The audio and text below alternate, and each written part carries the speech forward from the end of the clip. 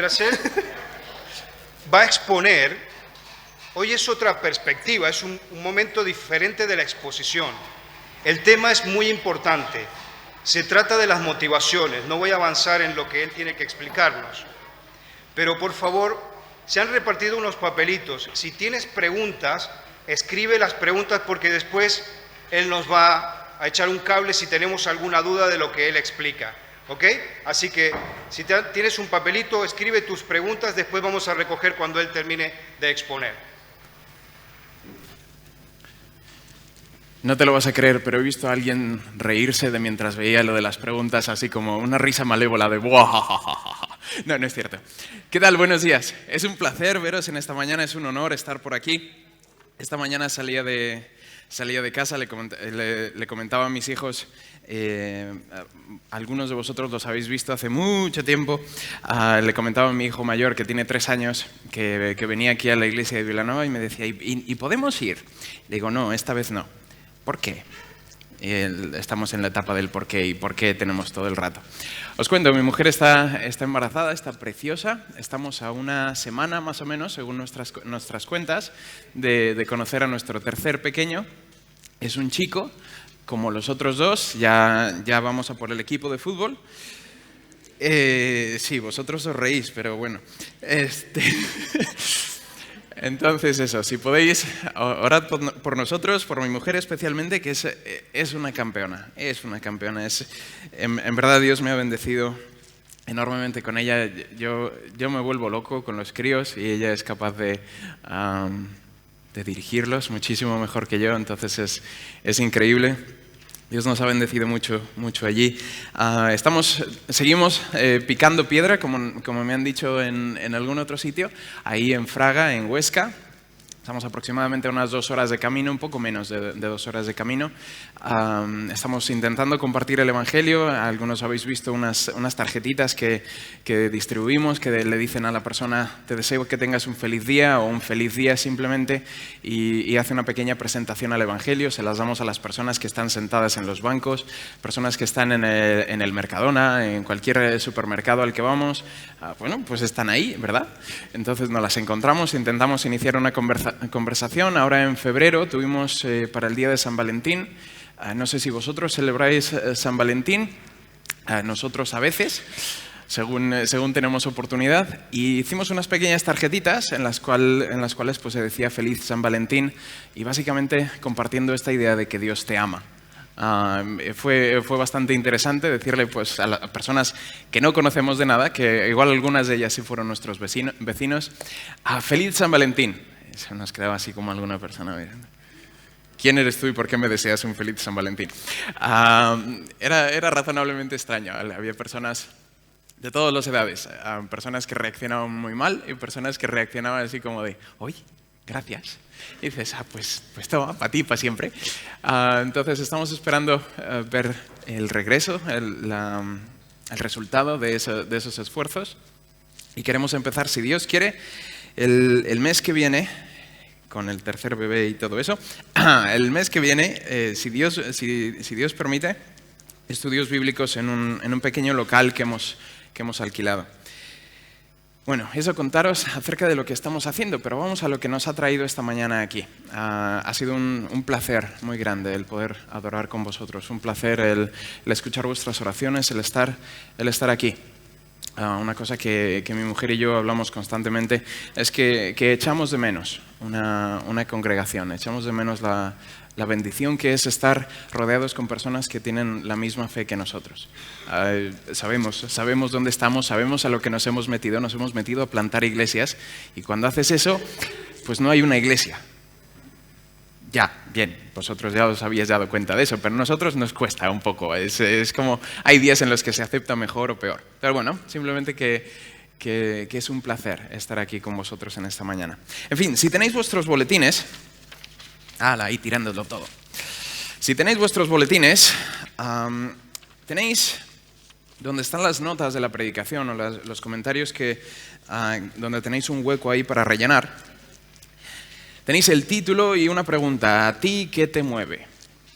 ¿A ti qué te mueve? ¿Qué es lo que te saca de la cama por las mañanas? ¿Qué es lo que hace que Todos los días, cuando suene el despertador, vale, igual lo aprietas una vez para esos 5 minutos extra, igual no, igual te levantas inmediatamente, depende, hay personas de todo tipo. Hay personas que se despiertan 5 minutos antes del despertador para poder apagarlo inmediatamente y tener ese sentimiento de satisfacción, ya he completado algo esta mañana. ¿Qué es lo que te mueve a ti? ¿Qué tipo de persona eres? Ahí tenéis, no, ¿os puedo hablar de tú? Sí, vale. Mi objetivo en la vida es... ¿cuál es mi objetivo en la vida? Eso es algo que vosotros tenéis que rellenar. Esto es para vosotros, no os lo voy a preguntar. Comentábamos con Marcelo al principio que esto es algo que igual podría ser útil para que entre vosotros pasarais tiempo y os descubrierais entre vosotros. Pues mira, a mí esto es lo que me motiva. ¿Y a ti qué es lo que te motiva? Y entonces intentar encontrar personas que os se parezcan a ti o sean totalmente diferentes para ayudarnos a alcanzar un objetivo, para ayudarnos a mover hacia adelante. Tenéis un hueco ahí para, objetivo espiritual, personal, profesional o financiero. Quizás sea alguno de esos casos. He escuchado a varios líderes que hacen esto al inicio de enero, cuando empieza el año. Tienen su listado y hacen diferentes cosas. Me parece que no está mal hacerlo tampoco en marzo, porque igual alguno de nosotros ya se nos han olvidado las propuestas que nos hicimos al inicio del año. ¿No? ¿Os ha pasado? ¿Cuántos de vosotros os apuntasteis al gimnasio y simplemente... Bien, en fin. La forma en la que voy a alcanzar esto es, entendiendo cuál es tu objetivo, ¿cómo es que vas a llegar a él? Porque vale, yo te puedo decir, es que yo quiero ser millonario, me quiero retirar cuando tenga 65 años, quiero jubilarme cuando tenga 65 años. Eso puede ser más realista o menos realista. Pero si nunca me pongo a trabajar o si no hay posibilidad de que yo me retire a los 65 años, nunca voy a conseguir ese objetivo. Y lo único que voy a hacer va a ser tener una frustración del tamaño de un pino. ¿Estamos de acuerdo? Entonces, ¿cómo es que vas a alcanzar ese objetivo? El tercer huequito es mi principal motivación es... Y hay diferentes tipos de motivaciones. No sé qué es lo que os motiva a vosotros. Os puedo contar qué es lo que me motiva a mí a veces. Miedo. A veces.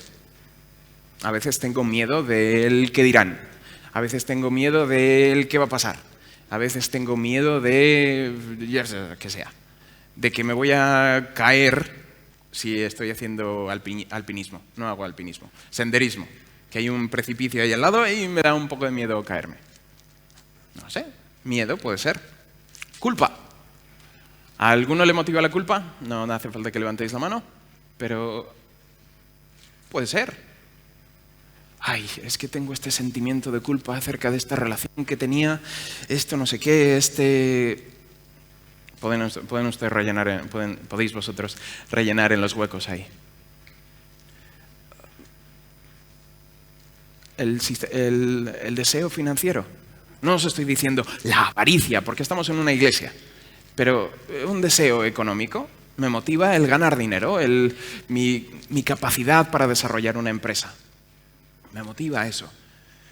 Una satisfacción personal, una motivación espiritual podríamos ser. Cualquiera de vuestras motivaciones. Esto no es...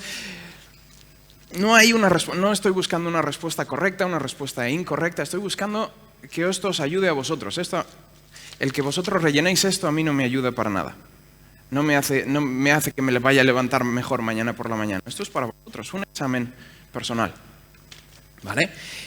Y por último, esto me llamó la atención también, en el contexto de la iglesia, en el contexto del servicio, en el contexto de la personalidad, de relaciones con otras personas. Si tuviera que motivar a otros, lo haría mediante ¿qué?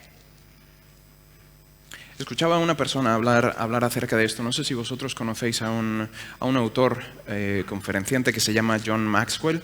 Es un conferenciante americano, era pastor durante mucho tiempo y desarrolló unos libros que el primero de los primeros era Las 21 leyes del liderazgo.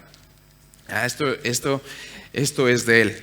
Y entonces decía que muchas veces cuando motivamos a una persona, normalmente la motivamos en base a aquello a nosotros.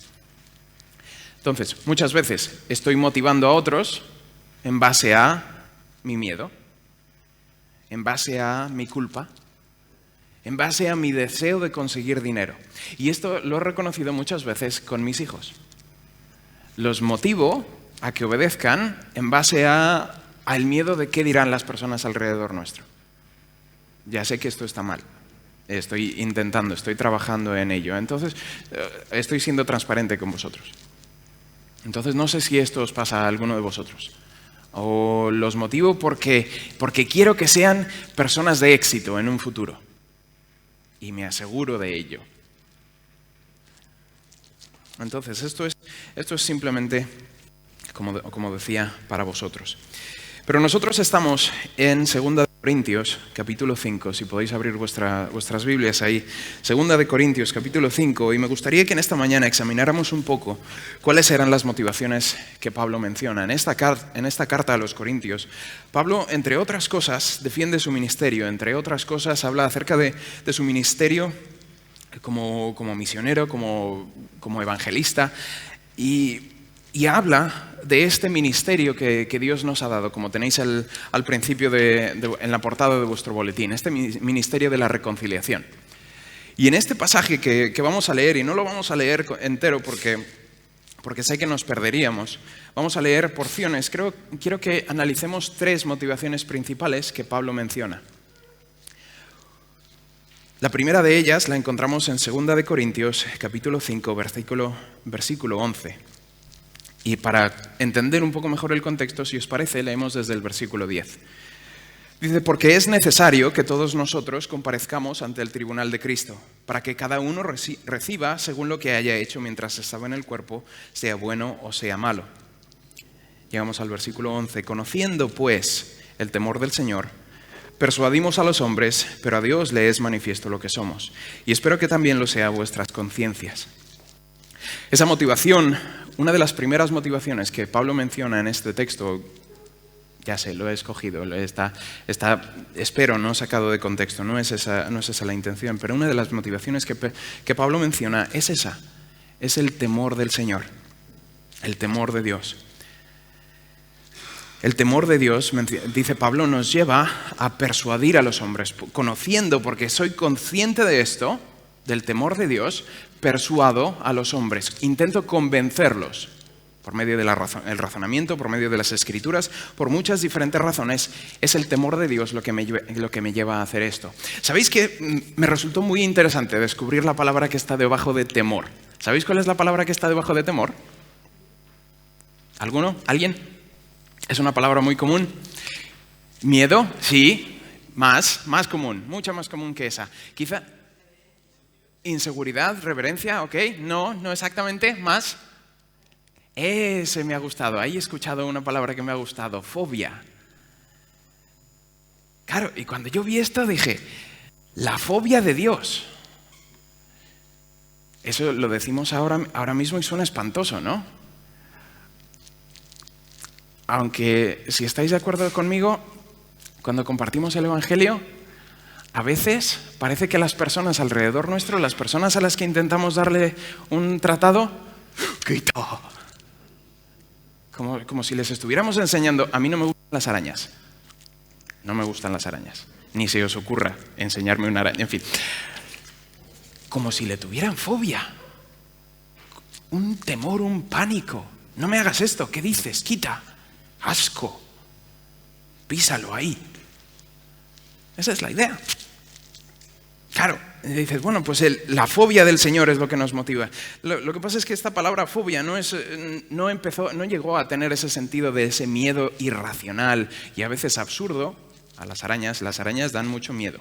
Ese sentido irracional de miedo, de temor, no llegó hasta mucho más cerca de nosotros. No ha sido ese el sentido original. La palabra fobia es un temor, una reverencia, como se ha mencionado también, un sentimiento que nos lleva a una acción. Me explico. Si nosotros fuéramos de un ejército y le tuviéramos miedo a nuestro general que está allá atrás y nos puede castigar, El miedo que tenemos a ese general nos motivaría a ir hacia adelante. Si tuviéramos miedo a determinadas cosas, ese miedo nos llevaría a hacer otra serie de cosas. Esa es la idea. Aquí la idea es, el temor de Dios nos motiva. Fijaos en un ejemplo muy sencillo. ¿Podéis acompañarme o no? Es Génesis 20:11. Quizá conocéis la historia. Ese momento en el que Abraham, es uno de los momentos en los que Abraham dice que Sara es su hermana, no su esposa, es su hermana. Y Abraham dice, pues mira, resulta que hice esto porque pensé que la fobia de Dios, dice, porque dije para mí, ciertamente no hay fobia de Dios, no hay temor de Dios en este lugar, y me matarán por causa de mi mujer. No hay respeto, no hay una reacción en base a un temor a Dios. Esta razón, esta motivación es también una motivación para un comportamiento correcto. En Levítico, en varios pasajes en Levítico, encontramos esta idea de porque tú debes tener temor de Dios, debes actuar de esta forma. Lo encontramos también en la idea de que no se debe impartir un juicio con parcialidad. ¿Por qué? Porque debemos tener temor de Dios, reverencia, conciencia de quién Él es. Y también nos debe llevar, como decía Pablo, a tener un testimonio correcto. Acompáñame, si podéis, por favor, a Nehemías. Nehemías, capítulo 5, versículo 9. Ya sé que estoy hablando de todo esto en el Antiguo Testamento, pero si me acompañáis a Nehemías, en el capítulo 5, en el versículo 9, podemos encontrar esta idea. Nehemías le habla a los líderes y aristócratas quizá del pueblo de Israel. Él les dice, no es bueno lo que hacéis. ¿No andaréis en el temor de nuestro Dios para no ser oprobio a las naciones enemigas nuestras? Estos aristócratas estaban tomando dinero prestado y les estaban dando un interés del 15, del 20, del quién sabe cuántos %. Y dice, vosotros lo que estáis haciendo no es bueno, no tenéis temor de Dios. No estáis actuando de la forma en la que Dios os ha instruido. No estáis considerando a Dios en vuestras acciones. Y dice, y al hacer esto, nos estáis haciendo ser oprobio, ofensa a las naciones que son extranjeras, a las naciones que son enemigas nuestras. Acompañadme otra vez a 2 de Corintios. 2 de Corintios 5. Este temor que os estoy mencionando, este temor que probablemente ya habéis estudiado, ya habéis leído en algún momento, no se trata de un temor hacia la condenación. Recordad, Pablo está escribiendo a una iglesia, está escribiendo a creyentes, está hablando a personas que ya conocen y entienden el Evangelio. No les está diciendo, tenéis que tener temor de Dios, no vaya a ser que acabéis en el infierno como aquellos que no creen en Dios, sino un sentido de reverencia, respeto, conciencia de la presencia y de la palabra de Dios. No tenéis que acompañarme a simplemente escuchad. En Hebreos capítulo 11, otra vez una referencia del Antiguo Testamento, Hebreos capítulo 11, en el versículo 7, encontramos la historia de Noé, encontramos una referencia a la historia de Noé. ¿Conocéis a Noé? Muy bien. ¿Qué hizo Noé? Construyó un arca. Muy bien. ¿Por qué construyó un arca? Porque Dios le había dicho que iba a mandar un diluvio, ¿correcto? Iba a mandar un juicio a todo el mundo, a toda la tierra. Genial. Hebreos 11, versículo 7, dice, por la fe Noé, cuando fue advertido por Dios acerca de las cosas que aún no se veían, nunca se había visto un diluvio de esa magnitud, nunca se había escuchado algo similar, con temor, con fobia, preparó el arca en que su casa se salvase, y por esa fe condenó al mundo y fue hecho heredero de la justicia que viene por la fe. Fijaos esta idea. Ya sabéis que, para estas alturas ya sabéis que yo tengo mucha imaginación, ¿cierto? Muy bien. Yo no me imagino a Noé, para empezar, porque me imagino que si no tendría unos pulgares mucho más grandes de los que una persona normal debería tener. agarrando el clavo así.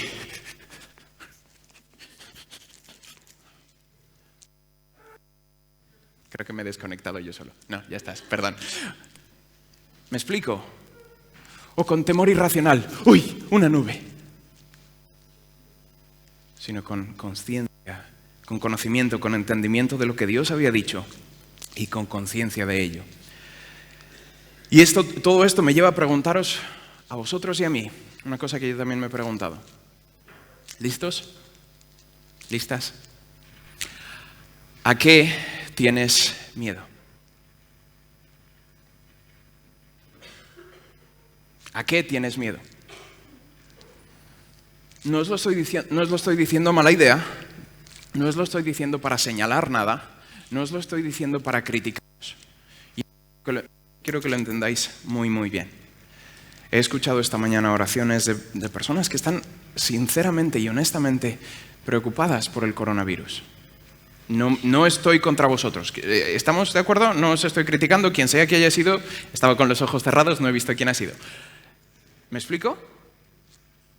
Quizá le tenéis miedo al virus. Quizá le tenéis miedo a una enfermedad. Quizá le tenéis miedo a una situación económica en la que estáis alrededor vuestro. Y es normal. ¿Me explico? Y esta es la parte en la que me meto en problemas. Porque quiero que escuchéis esta cita que me he encontrado y que me hizo reflexionar bastante respecto a mis propios miedos, respecto a mis propios temores. Os dije al principio que una de mis motivaciones era ¿cuál? El miedo, ¿vale? Entonces estamos vosotros y yo en el mismo barco. Igual vosotros no tenéis tanto miedo. Pero fijaos, escuchad esto. Desafortunadamente, muchos de nosotros consideramos al mundo como la suprema amenaza. Y consideramos que la función principal de Dios es contrarrestar esta amenaza. ¿Cuán diferente es esta posición bíblica en la cual Dios es y da mucho más miedo que el mundo? Cuando asumimos que el mundo es la suprema amenaza, le otorgamos un poder sin límites, aunque las amenazas de este mundo sean temporales. Cuando esperamos que Dios equilibre el estrés que nos produce el mundo, le reducimos a Él a un simple igual con el mundo. Esta idea del yin y el yang, el de blanco y negro, que tenemos en las películas, que vemos en los libros, esta idea, lo reducimos a un simple igual. Ya no es Dios el creador del universo, el que inspiró las escrituras, el que nos salva, es el que equilibra lo que pasa alrededor mío.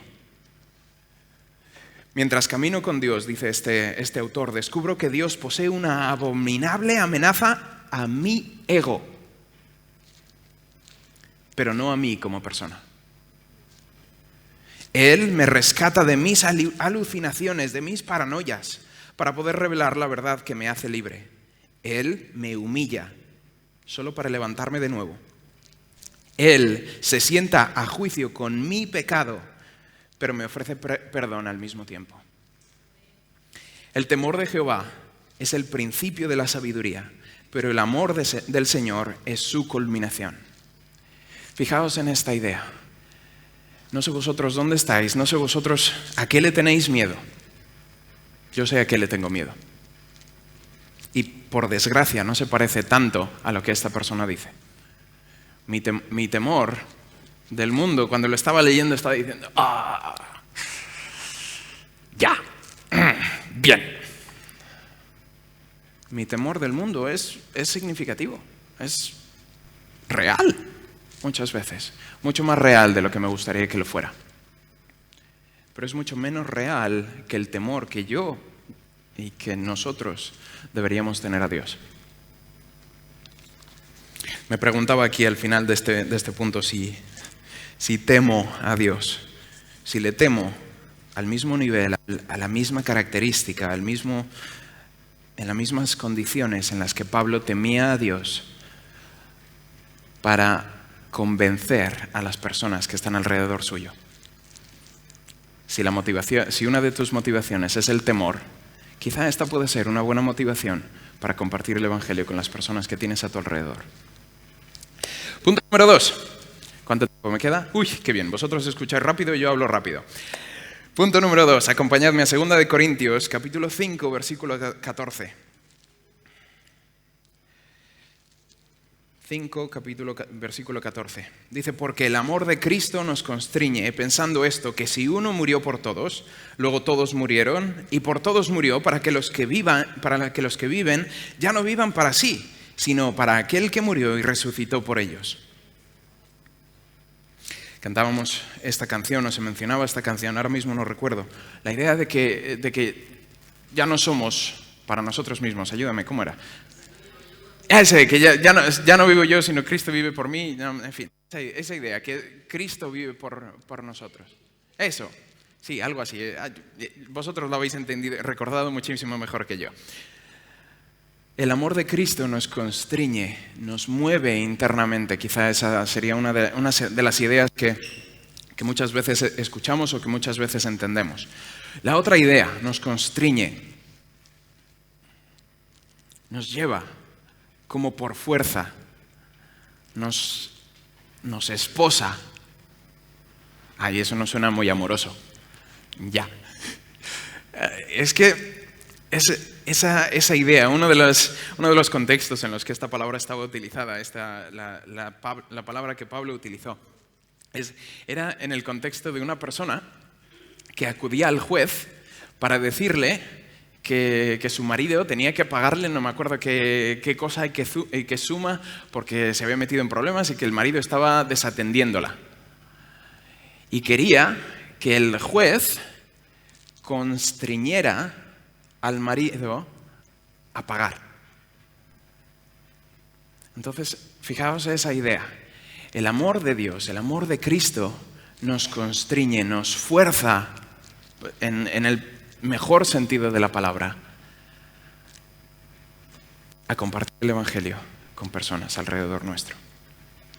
Ahora, vuestra responsabilidad de la mía es preguntaros si esto es verdad para vosotros, si esto es verdad para mí. Si soy tan consciente del amor de Dios por mí y por las personas que están alrededor mío, que el amor de Cristo es algo que me mueve. Vale, creo que estáis un poco dormidos o algo así. Vamos a hacer una cosa, un pequeño ejercicio. Giraos a la persona de la derecha, no todos al mismo tiempo, porque si no, entonces es una tontería. No importa, te puedes levantar si hace falta, pues tienes una persona atrás. Persona a la derecha, persona a la izquierda. ¿Ya la habéis identificado? Genial, muy bien. Decidle a esa persona, con vuestras propias palabras, Cristo te ama. Muy bien. Decidle a esa persona, Cristo me ama. Para esa persona que ha venido aquí por primera vez, no somos así de raros, nada más soy yo.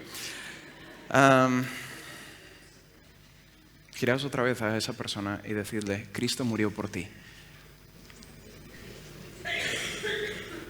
Y esa es una realidad.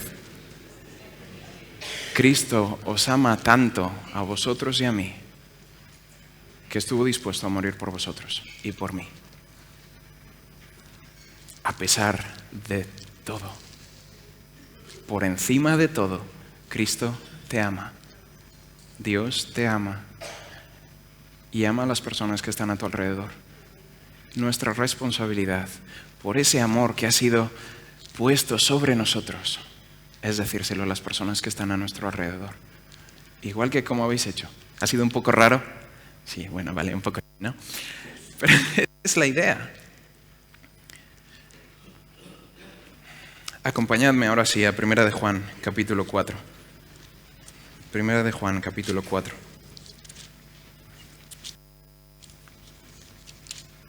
Versículos 17 y 19. Aquí es donde podéis ver este pasaje también, en la cita que terminaba la persona que os he leído, que decía, el temor del Señor es el principio de la sabiduría, pero el amor de Dios es el que perfecciona toda esta situación. Fijaos en esto.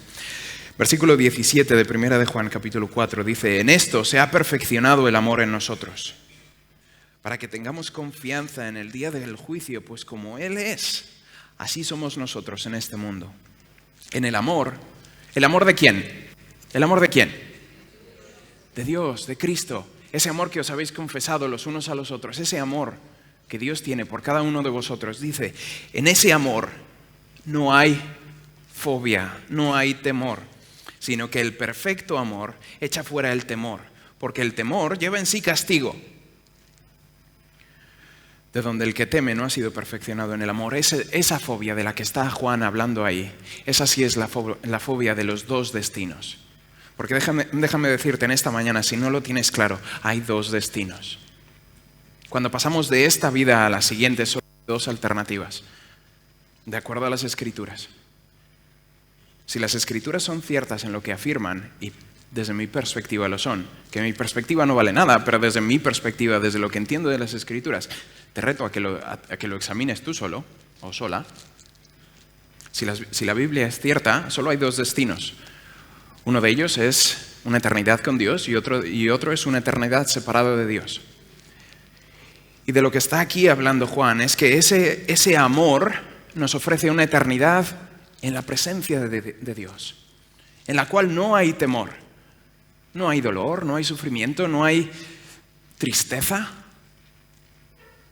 Pero si no hay amor, entonces sí que tenemos razón para tener una fobia a Dios. Sí que tenemos razón para tener temor del destino eterno que nos puede esperar y que espera a las personas que no aceptan el amor que Dios tiene por ellos. Ya no tenemos que tener temor del juicio. Si en esta mañana tú tienes la convicción de que Dios te ama, la certeza de que Dios te ama y tienes el entendimiento de que Dios envió a su Hijo Jesucristo a morir por ti y por mí, que resucitó al tercer día, acorde con las Escrituras, y que subió y ascendió a los cielos, también acorde con las Escrituras, y que vendrá otra vez por ti, entonces no tienes nada que temer. ¿En base a qué? ¿En base a lo que yo te he dicho? No, en base a las Escrituras. Pero si por el contrario no tienes esa certeza, te invito en esta mañana a que reflexiones en ello.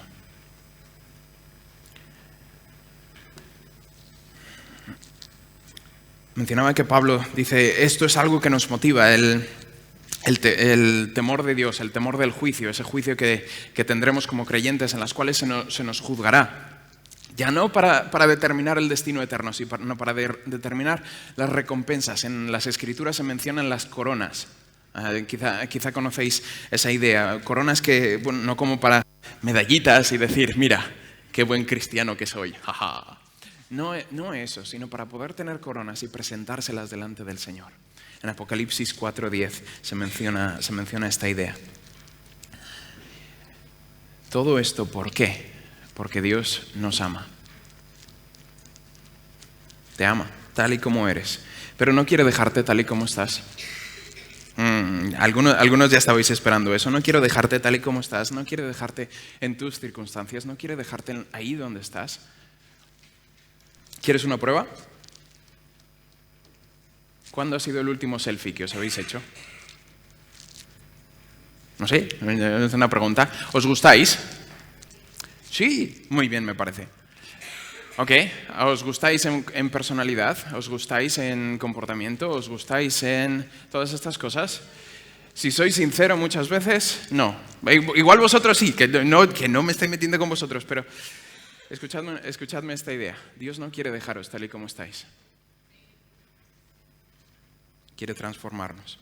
Dios te ama, pero nos ha transformado, nos quiere transformar, nos ha transformado, en nuevas criaturas.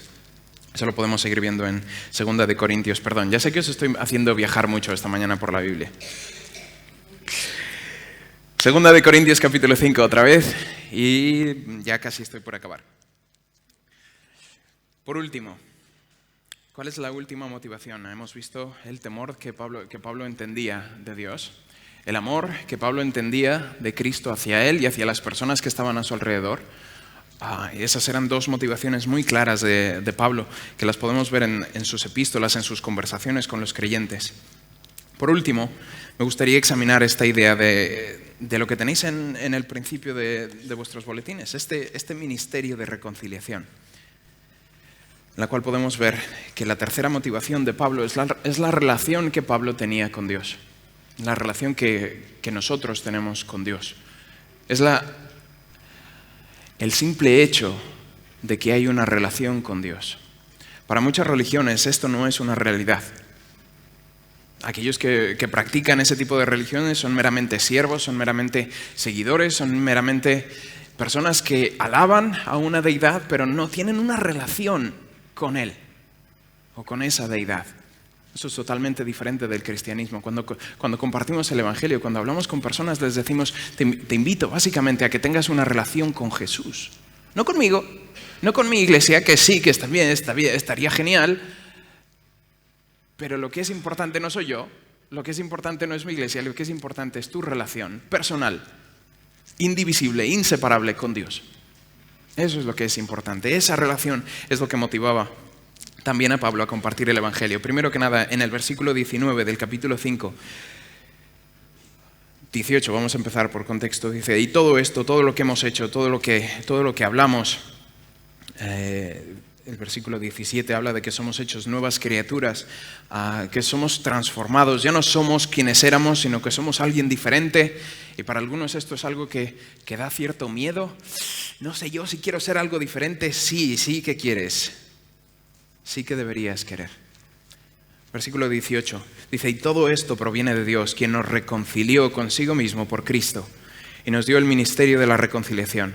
Que Dios estaba en Cristo reconciliando consigo al mundo, no tomándoles en cuenta a los hombres sus pecados, y nos encargó a nosotros la palabra de la reconciliación.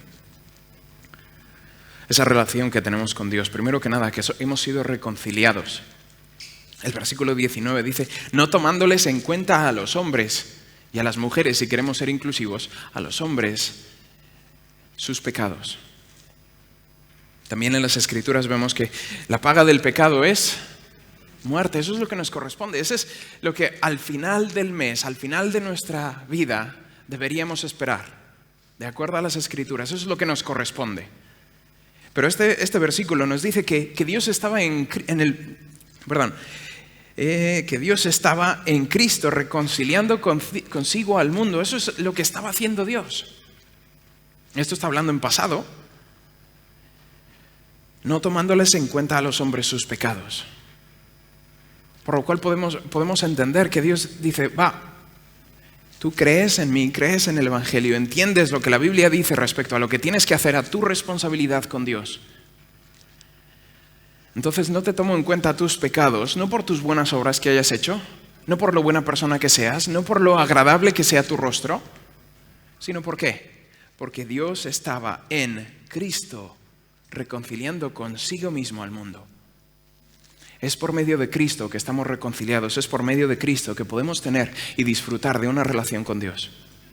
No por lo que nosotros hacemos, no por la cantidad de veces que venimos a la iglesia, no por nada de eso, sino por lo que Cristo hizo. Y no solo eso, sino no nos deja ahí y nos dice, ¡hala! Ya está, al sofá, a ver Netflix, o Disney Plus, o Amazon Prime. No estoy haciendo publicidad. Hincharos a ver YouTube, no. Y nos encargó a nosotros la palabra de la reconciliación. ¿Ese nosotros quién es? ¿Solo está hablando de Pablo? No. ¿Solo está hablando de los creyentes en Corinto? No, tampoco. ¿Solo está hablando de los cristianos del primer siglo? No. Lo tenéis muy claro, ¿verdad? Estamos hablando de todos nosotros. Nosotros tenemos un ministerio, tenemos una responsabilidad, tenemos una autoridad. Fijaos en el versículo 20, si queréis ver esta idea de la autoridad. Así que somos embajadores. ¿Conocéis vosotros algún embajador? Yo qué sé, un embajador de Suiza, sí.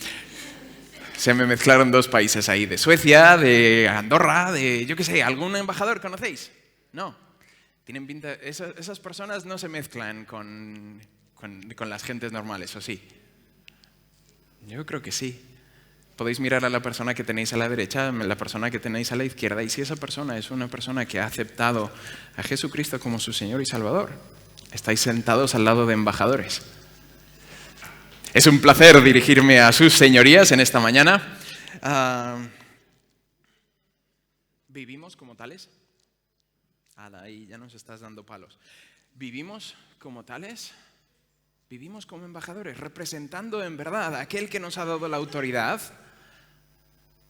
la responsabilidad y la relevancia en nuestro siglo? Yo sé que muchas veces yo no. No sé vosotros. Muchas veces yo no. Muchas veces, no me voy a meter con la persona que... No, tampoco te he visto. No sé quién es la persona que ha venido aquí por primera vez. No he visto cuando ha levantado la mano, así que no estoy mirando a nadie. No sé por qué has venido. Me alegro. No sé, otra vez. No me entiendas mal, no te estoy echando, no sé por qué has venido. No sé qué perspectiva tienes de los cristianos. No sé qué perspectiva tienes de las Escrituras. No te conozco. Me encantaría conocerte. Me encantaría hablar contigo si tienes alguna duda, pero no te conozco. Sería muy interesante saber, de forma cándida, de forma así, normal, preguntadle a las personas que tenéis a vuestro alrededor qué piensan de los cristianos. ¿Qué piensan de vosotros como creyentes? No como personas, no. Cuéntame, ¿y qué te parece este vestido? No. ¿Qué te parezco yo como creyente? Si tú fueras el reflejo de mi testimonio, de mi comportamiento, de mi fe, ¿te resultaría atractiva? ¿Querrías venir a mi país? ¿Querrías conocer a mi autoridad? Porque a ese es el que se supone que estoy representando, ¿estáis de acuerdo? Otra vez. Estamos todos en el mismo barco. Fijaos esta idea, porque si somos embajadores, y esto es una parte que es muy importante, porque yo estoy aquí, me he puesto un traje, una camisa y todas estas cosas, me he duchado esta mañana y todo, para poder estar bien y todo. Pero todo esto que he hecho no vale la pena, no merece la pena. Esto, mis ideas, no valen ni el papel en el que están escritas. Mis opiniones, no son más valiosas que las tuyas. ¿Y estamos de acuerdo que ni tus ideas ni las mías valen nada? No os estoy ofendiendo, o sea, me he ofendido a mí primero, ¿vale? ¿Por qué? Exacto, por ahí he escuchado esa idea. Porque si somos embajadores, la autoridad que tenemos no es dada por mis pensamientos, por mi capacidad de reflexión, por mi apologética, mi filosofía, mi pensamiento moral, ni nada de esas cosas. Mi autoridad, cuando te hablo, desde un púlpito, desde detrás de las Escrituras, viene dada por aquel que me dio este ministerio. Tu autoridad, como creyente, como embajador de Dios, viene dada por tu uso de las Escrituras, por tu uso de lo que Dios ha dicho. Y entonces tú y yo somos embajadores, no antes. No es mi opinión, no es tu opinión, es la opinión que Dios tiene de nosotros, de las personas que están a nuestro alrededor. No con la idea de ir a vivazos. Esto ya no es verdad, no. Cree, arrepiéntete, pecador. No, nada de eso. Sino con decencia, comportándonos dignamente como embajadores, embajadoras. Y por último, y esto lo he sacado de otro sitio, pero creo que no os vais a ofender. En Juan capítulo 1, versículo 12, nuestra relación con Dios también. Primero que nada, estamos reconciliados con Dios. Tenemos un ministerio, tenemos una responsabilidad de ser embajadores y por último tenemos una relación de familiaridad. Estamos sometidos a una autoridad, es Dios, nuestro Dios creador, nuestro Señor y Salvador, Rey de reyes y Señor de señores. ¿Estáis de acuerdo? Pero también es nuestro Padre. Es esa relación que tenemos, que así como Dios grande que es, nos podemos acercar a Él todos los días, con familiaridad. Juan capítulo 1, versículo 12, más a todos los que le recibieron, a los que creen en su nombre, si este eres tú, en esta mañana, les dio potestad de ser hechos hijos de Dios, de formar parte de esta familia. ¿Os habéis mirado ya entre vosotros? ¿Os habéis dicho que os amabais? Os habéis mirado, os habéis saludado en esta mañana, os saludáis todas las mañanas que venís aquí. Siempre es un placer veros. Siempre es un placer ver a esta familia, porque en verdad somos familia. Con nuestras peleas, nuestros argumentos, ya ha traído esta cosa, pero en el fondo somos familia. Esa es la religión. ¿Cómo corre ese reloj? No me queda duda que Pablo vivía en el temor de Dios. No me queda duda de que Pablo vivía en el conocimiento del amor de Cristo por él y por las personas que le rodeaban. Y es indudable también la relación que Pablo entendía que tenía con Dios. No sé cuál de estas tres, si alguna de ellas, sea algo que tú recuerdes en esta mañana o más allá de esta semana. Pero mi oración y mi petición ante Dios, tanto para mí como para vosotros, es que esto sea una realidad, que sea algo que os motive a vosotros a compartir el Evangelio y que me motive a mí a compartir el Evangelio en el sitio donde estoy. Persona que has venido de visita aquí, estoy mirando aquí abajo porque no sé quién eres, no sé qué te ha traído aquí, pero me encantaría que en esta mañana vieras a personas que están motivadas, personas que aman, que te aman, por encima de lo que se aman a ellas mismas, por encima de lo que nos amamos a nosotros mismos, no porque somos mejores personas que nadie, sino porque tenemos el ejemplo de alguien que nos ha amado mucho más que nadie. En esta mañana, sea que vengas por primera vez o sea que ya hayas venido muchas veces, si no tienes una convicción del estado de tu relación con Dios, si no puedes decir con la Biblia en la mano que tú estás reconciliado con Dios y Dios contigo, si no puedes decir que tienes por cierto tu destino eterno, sea en la presencia de Dios o sea separado de Dios, permíteme, tal y como decía Pablo también otra vez en 2 de Corintios 5:20, todo esto que él habla, no lo habla para decir, mira qué buenas personas somos, mira qué pedazo de currículum tengo, dame el trabajo, ni nada de eso por el estilo. Que somos embajadores en nombre de Cristo, y eso me da un privilegio, nos da un privilegio, que es como si Dios rogase por medio de nosotros. Os rogamos en nombre de Cristo, reconciliaos con Dios. Si en esta mañana tú no tienes esa certeza, te pido por favor que lo consideres. Porque ni tú ni yo tenemos garantizado el salir por esa puerta. Ni tú ni yo tenemos garantizado el regresar a nuestro hogar. Algunos de vosotros tenéis que viajar menos y no es mi intención asustaros, pero yo tengo que viajar 2 horas. Hay mucho loco por la carretera. Ni tú ni yo tenemos garantizado el mañana.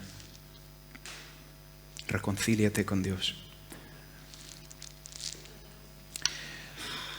Cristiano, creyente, hoy tú y yo, espero, hayamos sido desafiados con al menos 3 áreas que deben motivarnos a compartir el Evangelio.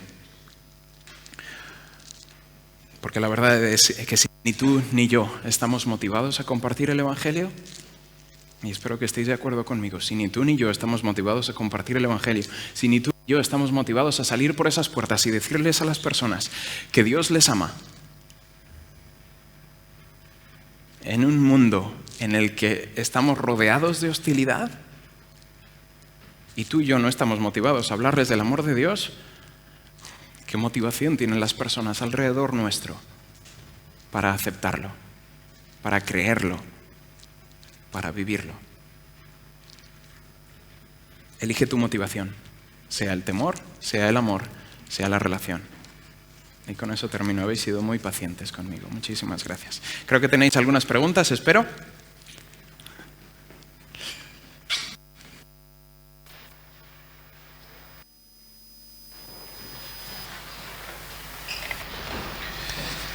Hola, otra vez.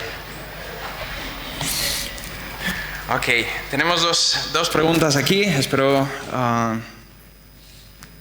poder responderlas utilizando más las escrituras que mi propia opinión. Os cuento. A ver, tenemos la primera, no por orden de importancia ni nada de eso, pero la primera que he visto.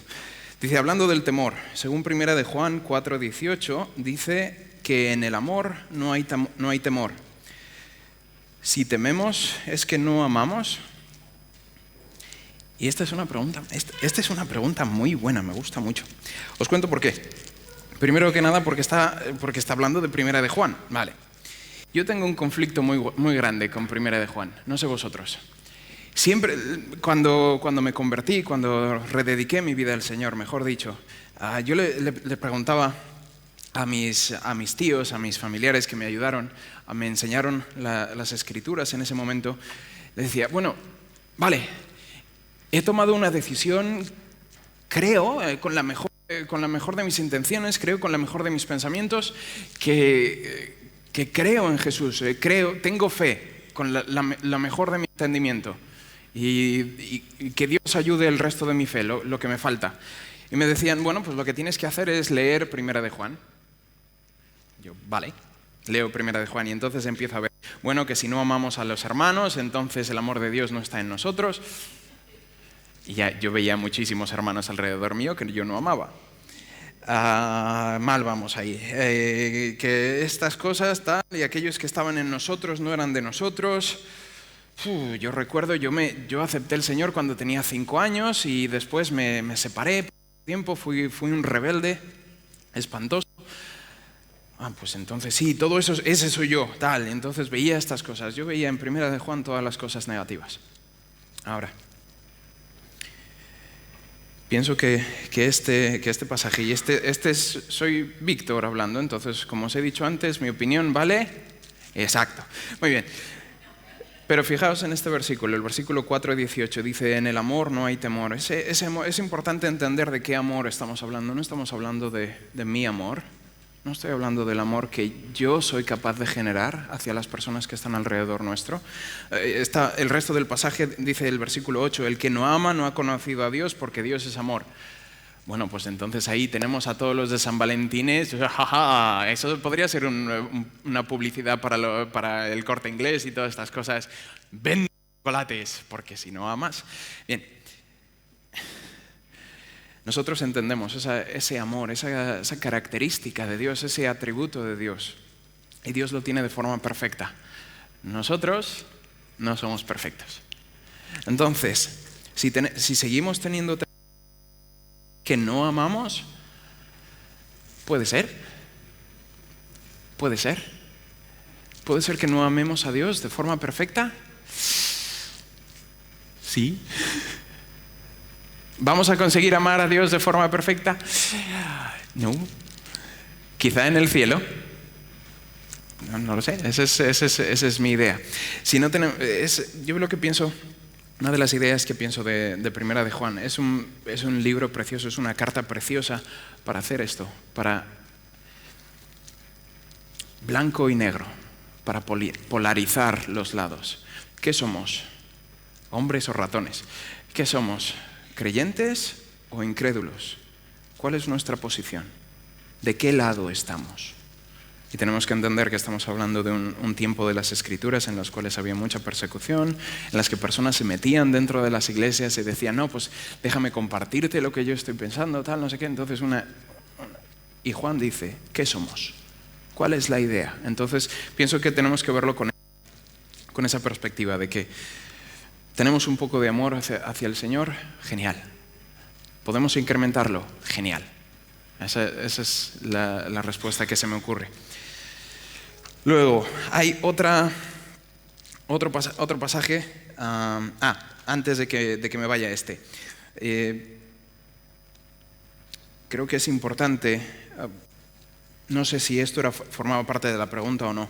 Creo que es importante entender la seguridad de la salvación. No sé cuál sea vuestra posición respecto a la seguridad de la salvación, pero si tenéis vuestras Biblias por ahí, en Romanos 8, versículo 38 y 39, dice, por lo cual estoy seguro de que ni la muerte, ni la vida, ni ángeles, ni principados, ni potestades, ni lo presente, ni lo porvenir, ni lo alto, ni lo profundo, ni ninguna otra cosa creada, ni el vecino, ni el coche, ni el policía, ni el sargento, ni...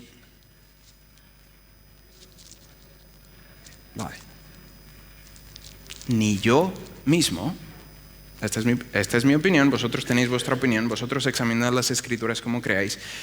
Yo soy una cosa creada, no sé vosotros. Eso. Ni ninguna otra cosa creada nos podrá separar del amor de Dios que es en Cristo Jesús, Señor nuestro. ¡Anda tú! O sea que, si yo estoy entendiendo esto bien, otra vez, opinión, vosotros pensáis lo que queráis.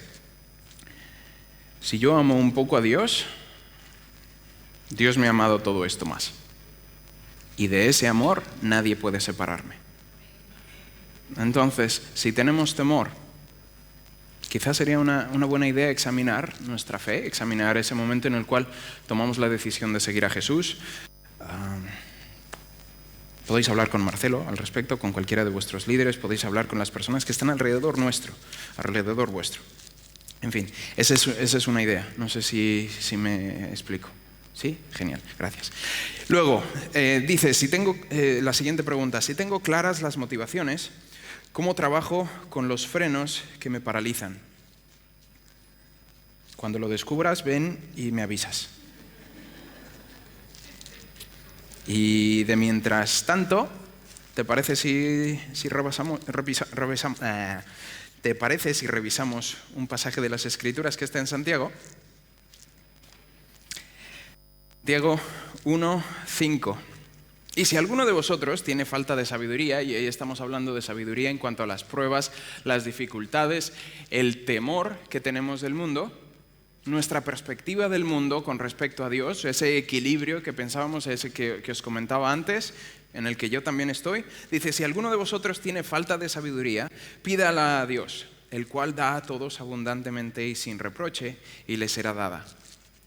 Pero pida con fe, no dudando nada, porque el que duda es semejante a la onda del mar que es arrastrada por el viento y echada de una parte a otra. ¡Ay, qué cosas tú! Lo cual significa que si tienes claras las motivaciones, como yo también, quizá tú y yo tenemos falta de sabiduría. ¿Cómo trabajo con ese temor? ¿Cómo elimino esos frenos, ese ¿qué me va a decir? Pídele a Dios que abra las puertas. Vale, esa es una petición que utilizamos muchas veces cuando vamos a compartir el Evangelio. Señor, abre las puertas para que pueda compartir el Evangelio con alguien. No, parece que no había nadie, Señor. Bueno, me regreso a mi casa. Que tengamos claro, es que no tengamos que seamos como esa ola del mar llevada por el viento. Mi otro desafío sería simplemente inténtalo. Nunca vas a saber. Me parece que es el Señor de los Anillos que decía, lo siento, Señor de los Anillos, que decía, no conocemos el final del camino, solamente conocemos los pasos que están uno detrás del otro, o que un camino simplemente empieza en la puerta. Alguna idea así. Básicamente, ¿tienes clara tu motivación? Genial.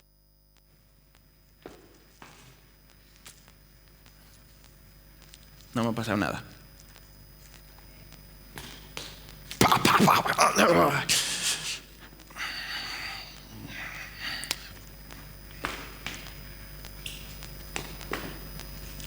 Inténtalo. Es lo único que puedes hacer. ¿Qué puede ser lo peor que te pasa? Que seas un mártir para el cristianismo. Que estés con Jesús antes que el resto de nosotros. ¿Qué competencia puede ser eso? No lo sé. Esas son las respuestas que se me ocurren. No sé si os han ayudado, espero que sí.